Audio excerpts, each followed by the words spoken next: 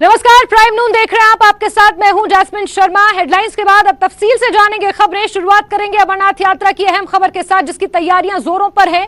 जम्मू के भगवती नगर इलाके में स्थित यात्री निवास का जीर्णोद्धार किया जा रहा है। यात्रियों के लिए सभी आवश्यक सुविधाओं को अंतिम रूप दिया जा रहा है। अमरनाथ यात्रा के लिए जम्मू आने वाले श्रद्धालु यात्री निवास आते हैं। इस साल रिकॉर्ड संख्या में यात्रियों के आने की उम्मीद है, इसलिए यात्रियों की सुविधा के लिए भी बड़े पैमाने पर इंतजामात किए जा रहे हैं।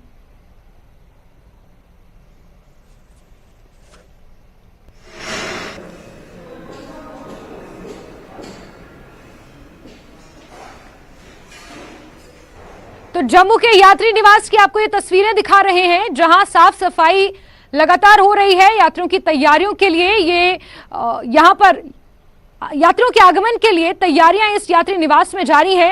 रंग रोगन का काम हो रहा है। आपको बता दें 1 जुलाई से बाबा बर्फानी की ये सबसे ऐतिहासिक यात्रा शुरू हो रही है और इसी को लेकर इस यात्री निवास को और सजाया और संवारा जा रहा है। हर तरफ यहां पर जीर्णोद्धार का काम जारी है। अमरनाथ यात्रा पर पहुंचने वाले श्रद्धालु सबसे पहले जम्मू के इस यात्री निवास पहुंचते हैं और यहीं से औपचारिक तौर पर यात्रा की शुरुआत की जाती है। जम्मू के इस यात्री निवास की तस्वीरें लगातार हम आपको दिखा रहे हैं, जहां पर अमरनाथ यात्रा की तैयारियां जोरों पर चल रही हैं और इस यात्री निवास का जीर्णोद्धार नए सिरे से किया जा रहा है, ताकि यहां पहुंच रहे यात्रियों को किसी दिक्कत का सामना ना करना पड़े। अमरनाथ यात्रा की औपचारिक शुरुआत इसी यात्री निवास से होती है, जब देश भर से यहां पर श्रद्धालु पहुंचते हैं और फिर यहीं से अपनी यात्रा की शुरुआत करते हैं। सीधे रुख करेंगे हमारे सहयोगी समीर का, इसी खबर पर ज्यादा जानकारियों के साथ जुड़ गए हैं। समीर, 1 जुलाई से बाबा बर्फानी की यात्रा शुरू हो रही है और उससे पहले यात्री निवास में ये जो तैयारियां हैं जोरों शोरों से की जा रही हैं, कब तक ये तैयारियां पूर्ण हो जाएंगी? क्या कुछ अतिरिक्त जानकारियां इसको लेकर मिल पाई हैं? समीर, देखिए, मैं आपको बता दूं, बहुत ही बड़े पैमाने पे यात्री निवास में जो तैयारियां हैं वो की जा रही हैं जैस्मीन, और मैं सीधा विजुअल्स की तरफ ही जाऊंगा। विजुअल्स हमारे कैमरामैन आपको दिखाएंगे। ये आउटर जगह है जहां पे अभी आप विजुअल देख रहे हैं।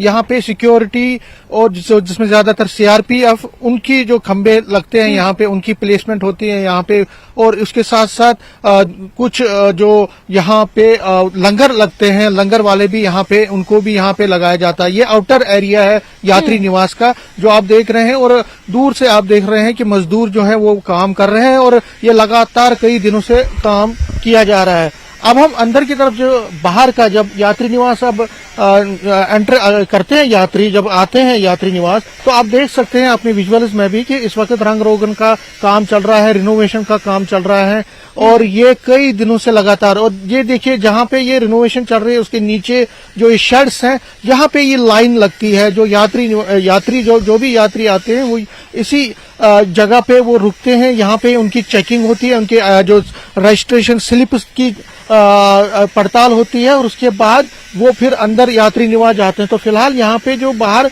भी रिनोवेशन का काम चल रहा है, और अंदर जब ये अंदर दाखिल होते हैं तो हमारे कैमरामैन दिखाएंगे कि अंदर में भी यहाँ पे यहाँ से हम दिखाने की कोशिश करेंगे कि ये आप जो देख रहे हैं यहाँ पे भी रिनोवेशन का काम चल रहा है, और ये सिक्योरिटी का जो अपैरेटस है यहाँ पे लगाया जाता है। जहाँ जो भी लोग यात्री आते हैं तो उनको यहाँ पे बैग्स हो, उनकी आइडेंटिटी कार्ड, जिस तरह मैंने कहा, तस्वीरों में बखूबी देख पा रहे हैं कि किस तरीके से यहाँ पर रेस्टोरेशन का काम जारी है, जीर्णोद्धार का काम यहाँ पर समीर किस तरीके से हो रहा है, हमें ये तस्वीरें बखूबी बयां कर रही हैं। लेकिन एक बड़ा सवाल यहाँ पर यह है कि कोविड के बाद अगर देखा जाए तो स्थिति जैसे सामान्य हुई है, उसके बाद ये किसी बड़ी यात्रा की यहाँ पर तैयारी हो रही है और माना यह जा रहा है कि रिकॉर्ड तोड़ संख्या में यहाँ पर इस बार श्रद्धालु डिवोटीज पहुंच रहे हैं। उस लिहाज से किस तरीके की तैयारियां पूरे प्रशासन की नजर आ रही हैं?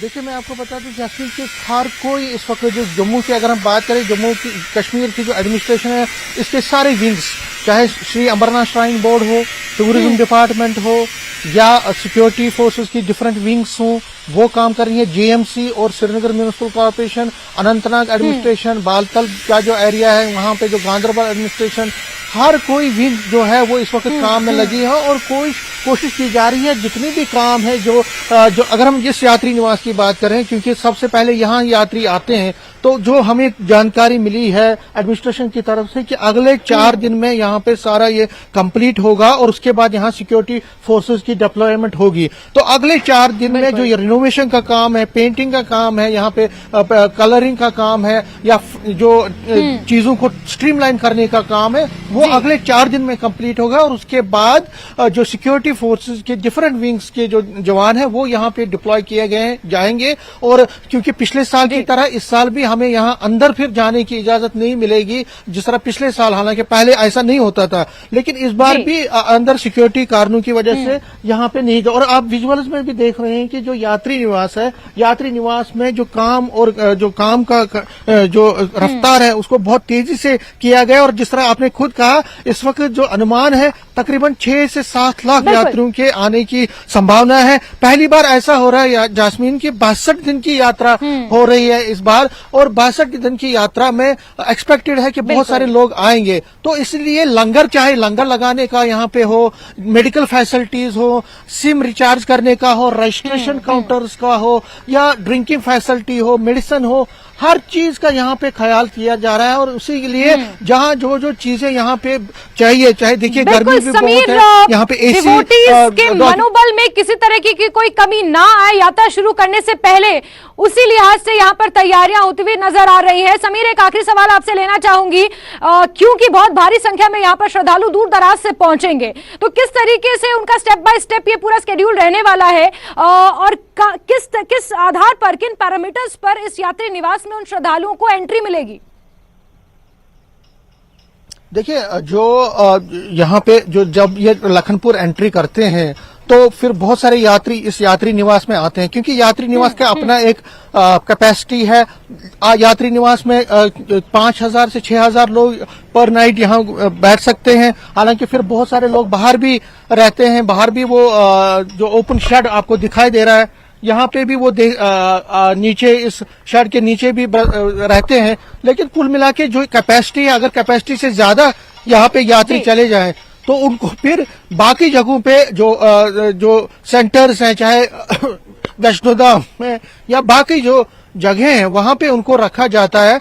और कोशिश ये की जाती है कि जितने भी यात्री यहाँ पे आए तो उनको प्रॉपर एकोमोडेशन दी जाए। उनकी यहाँ पे चेकिंग होती है, प्रॉपर उनकी रजिस्ट्रेशन स्लिप्स को देखा जाता है, मॉनिटर किया जाता है, और उसके बाद उनको यहाँ पे बहुत ही नॉमिनल चार्जेस किए जाते हैं। जो एसी रूम्स के हैं वो बहुत नॉमिनल चार्ज किया जाता है, और उसके बाद उनको यहाँ पे रहने की इजाजत होती है।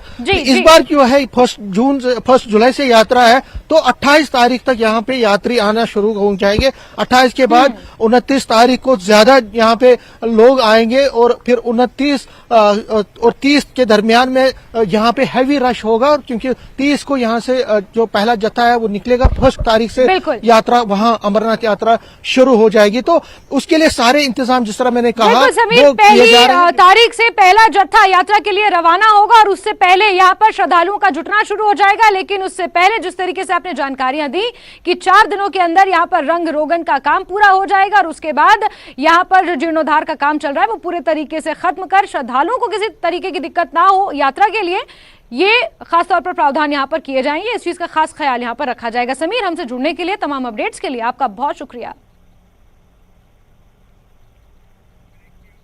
और खबरों का सिलसिला जारी है, लेकिन प्राइम नून में वक्त एक छोटे से ब्रेक का।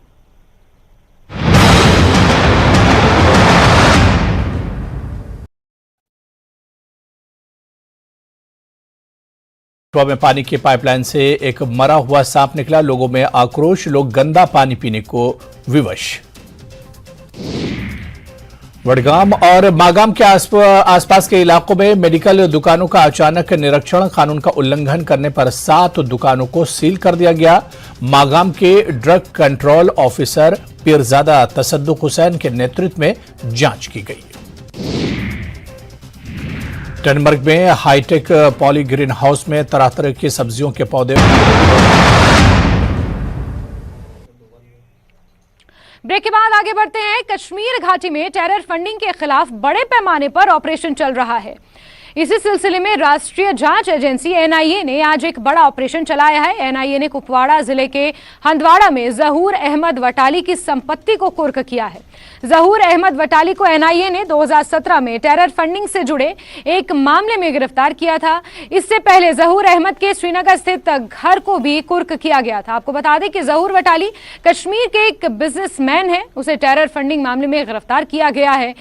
उन्होंने तबीयत खराब होने का हवाला देते हुए कोर्ट से जमानत की अर्जी भी लगा दी है, लेकिन उसे खारिज कर दिया गया था।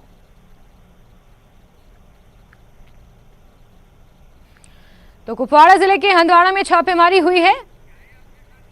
सीधे रुक करेंगे याह्या सुल्तान का ज्यादा जानकारियों के साथ इसी खबर पर जुड़ गए हैं। याह्या, क्या अपडेट्स इस पूरे मामले पर अभी तक मिल पाए हैं?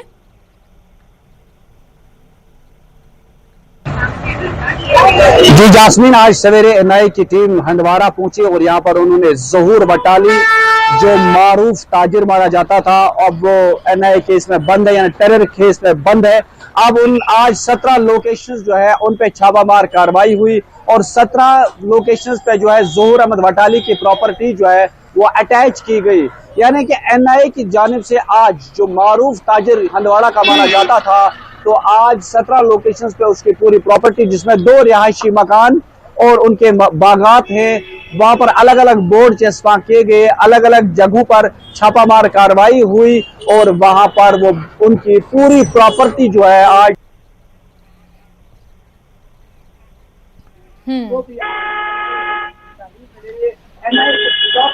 आज यहाँ पर पहुंचे और चले से ही अभी तक कई घंटे तक उन्होंने अलग अलग लोकेशन पर छापामार कार्रवाई शुरू की था। वहां पर जो है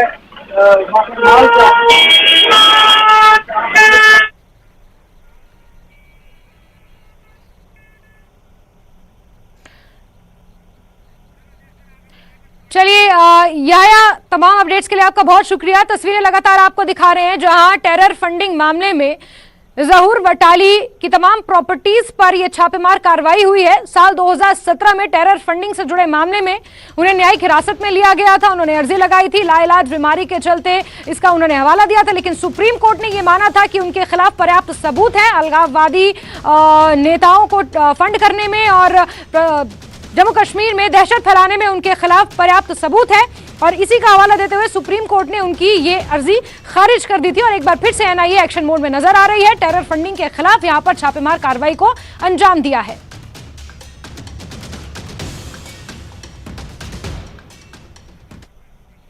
चलिए आगे बढ़ेंगे और डांगरी आतंकी हमले के पीड़ित आज प्रदर्शन कर रहे हैं। इन लोगों ने हाईवे जाम कर दिया है। ये लोग न्याय की मांग कर रहे हैं। राजौरी के डांगरी में 1 जनवरी को हमला हुआ था और इसी हमले के पीड़ित आज विरोध प्रदर्शन कर रहे हैं। देखो, सबसे पहले तो मेरी ओर से चैनल वालों को मेरी ओर से नमस्ते। देखो, हमारे बच्चों को आज 7 महीने हो गए हैं। कोई ऐसी जगह नहीं है जहाँ पे जाके हमने गुबार नहीं लगाई है और आज हम रोड पे बैठ गए हैं। यहाँ से जब तक हमारे बच्चों का कुछ बताएंगे नहीं तब तक हम इधर ही बैठे रहेंगे, इधर ही मर जाएंगे। पुलिस का क्या रवैया है? पुलिस वालों ने जो करना ना, पहले सबसे पहले मुझे गोली मारेंगे, उसके बाद जो जितना भी हमारे साथी बहन भाई हमारे साथ आए हुए हैं ना, तो आज ये तो जो होने जा रहा है ना, ये ऊपर वाले को पता, हम कुछ नहीं बता सकते। आपके घर में सर्च भी की गई है? सर्च क्या करेंगे? सर्च तो उसी टाइम करना चाहिए था कि 7 महीने बाद हमारे घर की सर्चिंग कर रहे। 7 महीने के बाद उनको क्या मिलेगा मेरे घर से? आपके घर में जो पुलिस आई थी क्या किया उन्होंने? अभी पिछले कुछ दिन पहले जो पुलिस आई थी, देखो, पुलिस वालों को आना चाहिए था जब हमारे घर में ये हादसा हुआ था। पुलिस आ रही है हमारे घर में 6 महीने के बाद, 7 महीने के बाद। वो तो ऐसे हमें बुद्धू बना के जा रहे हैं। क्या करेंगे? अब क्या मिलेगा? अब कुछ भी नहीं मिलने वाला है उनको।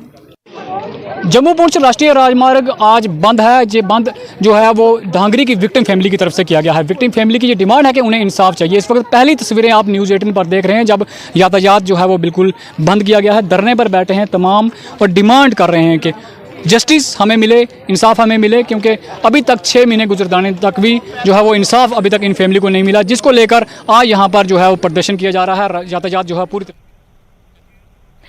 चलिए आगे बढ़ेंगे और सांबा से खबर देंगे जहां के रंगूर कैंप गांव में फायरिंग हुई है। इस फायरिंग में 3 लोग जख्मी हुए हैं। इस मामले में 2 व्यक्तियों को हिरासत में भी लिया गया है। फायरिंग की जगह से एक कार भी बरामद हुई है। एसएसपी सांबा मौके पर पहुंचकर मामले की जांच कर रहे हैं और रंगूर कैंप गांव में ये फायरिंग का मामला सामने आया है। 2 लोगों को इस संदर्भ में हिरासत में लिया गया है। मौके से एक कार भी यहां पर बरामद हुई है। 3 लोग इस फायरिंग में जख्मी बताए जा रहे हैं। ये रात ਨੂੰ ਜਿਹੜਾ ਰਾਤ ਨੂੰ इंसीडेंट होया है मिगी कोई 1-5-7 मिनट पर मिगी ने कॉल की है बंदे पहले इस चाली इत्थै मतलब कोई बंदे आए ने इत्थै फायर होया तो तुसीं सरपंच जल्दी आओ। मैं उसी पर तुरंत मैं 2-4 मिनट बिच गया मैं भी इंदे कोल पहुंच गया। पुलिस भी इन्फॉर्म किया है घरों मैं किया और पुलिस भी 10-15 मिनट बाद पुलिस भी पहुंच गई है। ये ऐसे ही हमारे जो केसो चौकी साड़ी जी उतों ASI राजेंद्र जी वो बड़े एक्टिव ने, वो बड़ी जल्दी मतलब तुरंत पहुँच गए हैं। उहदे कोल कोई 20-25 मिनट के DSP साहब भी बड़ी मतलब कि एक्टिव होने के बावजूद बड़े टाइम कल पहुँच गए, वो भी 20-25 मिनट। और एक सर जिस चाली रात को इंसीडेंट होया एक साढ़े एक लड़का है वो कल दिन का मतलब मिसप्लेस होया कदे वो शामी भी मैनू उहदे एक ताया जी ने मैनू सुनान लगा है कि साड़ा मतलब कि इस चाली असें मिसप्लेस की मिसिंग रिपोर्ट दर्ज करवाई है रामगढ़ और उथे मैं ठीक है रिपोर्ट कराई है हूँ सुबह पर कार्रवाई होनी है।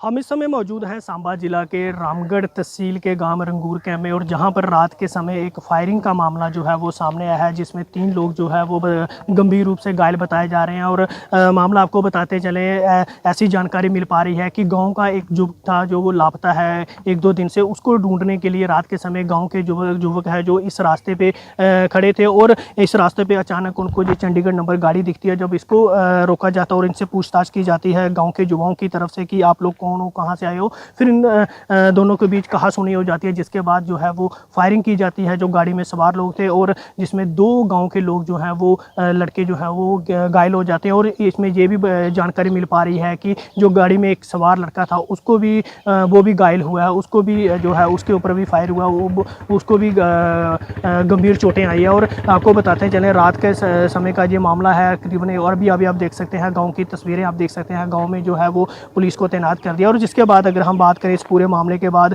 SSP सांबा जो है वो मौके पे पहुंचे अपनी टीम के साथ और तमाम सबूत जो है वो जहां से जुटाए। और उसके बाद अभी अगर हम बात करें तो गांव में पूरा दहशत का माहौल बना हुआ। और अभी ये जानकारी मिल पा रही है कि सांबा पुलिस की तरफ से जो गाड़ी में सवार थे, जो लोग भागने की फिराक में थे, जिनकी तरफ से फायरिंग की गई, उनको हिरासत में लेके कार्रवाई जो है वो शुरू कर दी है। न्यूज़ 18 जम्मू कश्मीर के लिए सांबा से मैं श्याम सुंदर। आगे बढ़ेंगे और खबर कठुआ से जहां के बसहोली में सड़क हादसा हुआ है जिसमें एक शख्स की मौत हो गई है। हादसे में 24 लोग जख्मी हुए हैं। 2 घायलों को GMC जम्मू रेफर किया गया है। GMC कठुआ के अधीक्षक ने कहा है कि घायलों का इलाज चल रहा है और सभी खतरे से बाहर हैं।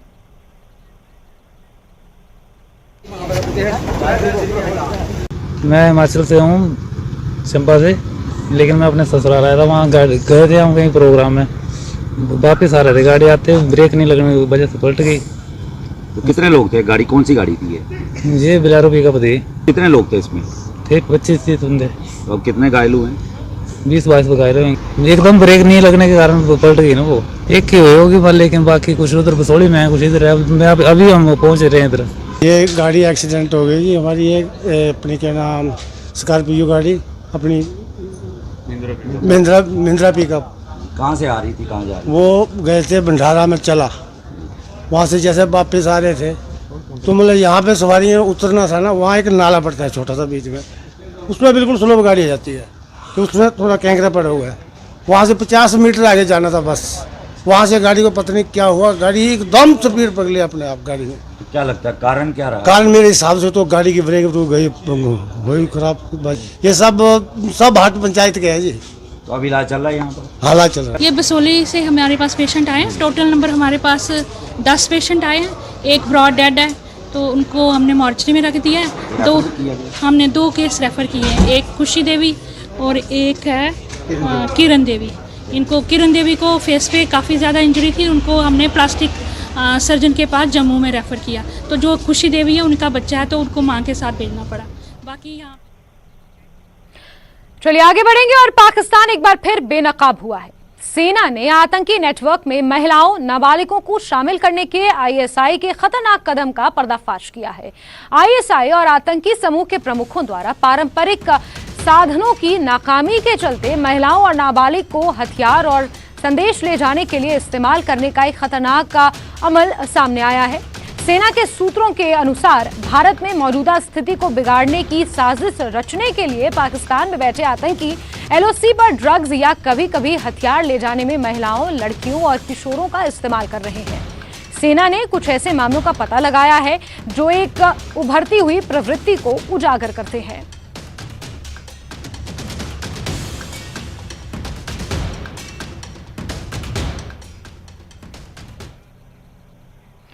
तो वहीं पाकिस्तान के पूर्व प्रधानमंत्री इमरान खान के खिलाफ एक और मामला दर्ज किया गया है। मामला पंजाब प्रांत में धोखाधड़ी के जरिए औने पौने दाम पर 625 एकड़ भूमि की खरीद से जुड़ा है।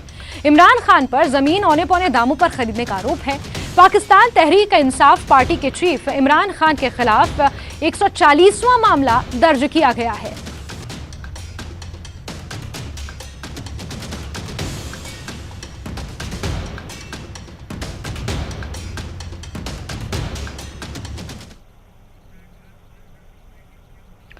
चलिए आगे बढ़ेंगे और हिमाचल की खबरों का रुख करेंगे, जहां हिमाचल विधानसभा में पहले बाल सत्र की कार्यवाही चल रही है। इस बाल सत्र में बच्चे सत्ता पक्ष और विपक्ष की भूमिका निभा रहे हैं और कार्यवाही का संचालन कर रहे हैं। कार्यवाही के दौरान बाल विधायकों ने कई मुद्दों को उठाया। इस दौरान प्रश्नकाल में नशे के मुद्दे पर हंगामा भी देखने को मिला। विपक्षी बाल विधायक नारेबाजी करते हुए वेल में पहुंच गए और नशा माफिया पर कार्रवाई न होने का आरोप लगाने लगे। हालांकि इस बीच बाल सीएम जाह्नवी ने भरोसा देने के बाद विपक्ष मान गया और विपक्षी विधायक अपनी सीटों पर वापस लौट गए। आपको बता दें, बाल सत्र की इस कार्यवाही के मौके पर सीएम सुक्खू के साथ राजस्थान के शिक्षा मंत्री और राज्यसभा के उपसभापति हरिवंश नारायण सिंह भी विशेष तौर पर मौजूद रहे।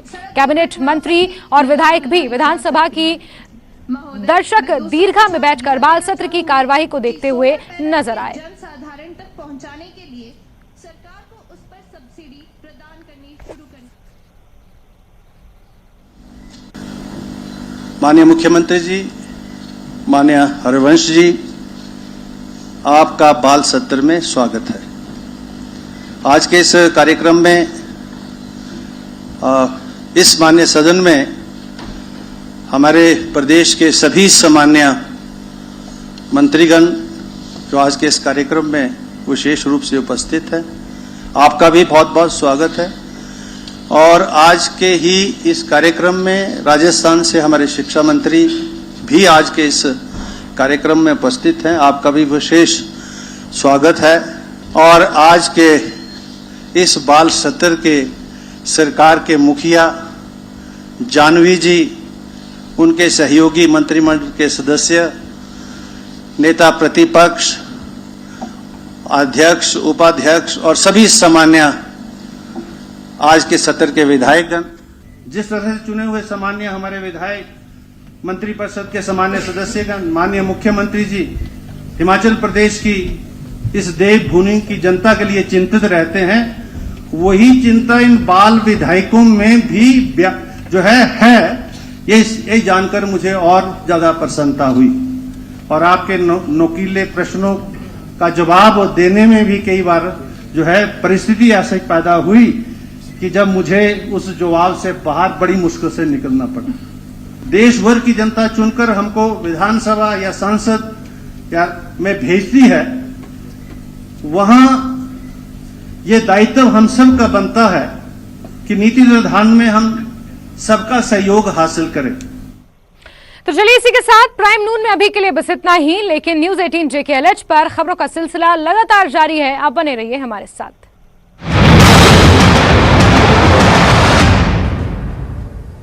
हेडलाइंस